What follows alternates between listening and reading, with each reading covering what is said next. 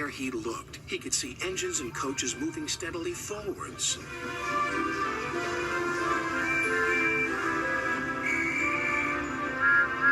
They all looked confident and cheerful.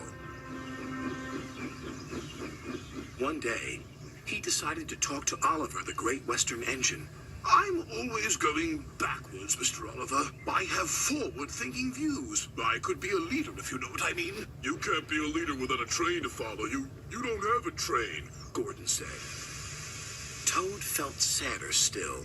Oliver wanted to help. You're a very useful brake van, Toad. You help me brake, and you keep my freight cars in order when we go down hills.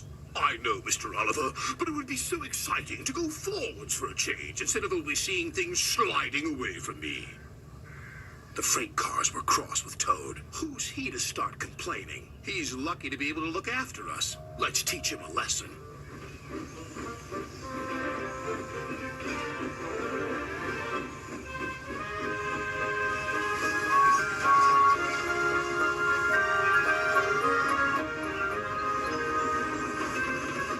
The freight cars decided to carry out their plan when they reached Gordon's Hill.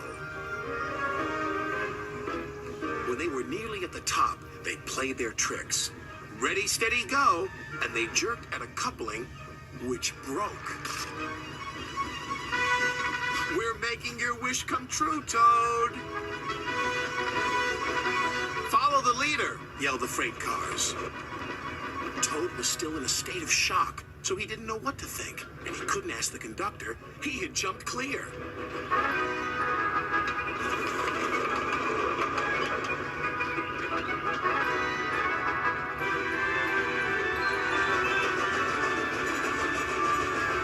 Faster, faster, as fast as you want, screamed the freight cars.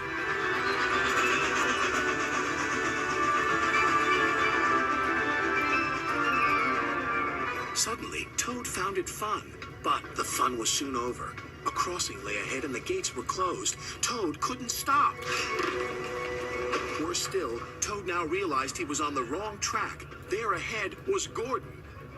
The signalman changed the points just in time.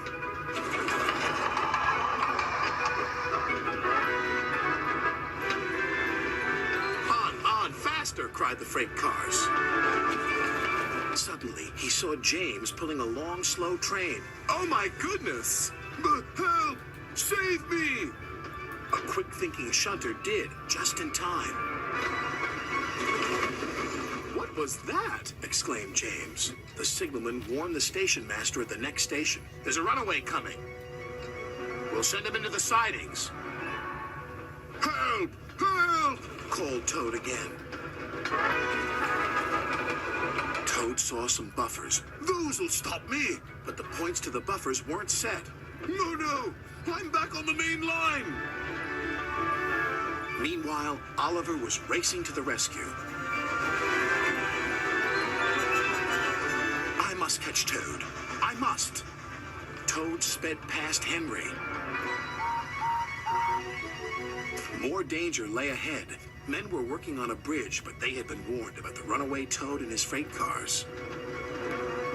They diverted him onto old sidings, straight into a muddy pool.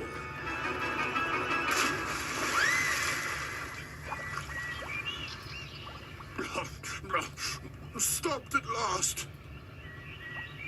Oliver arrived, and when he saw Toad, he could only smile.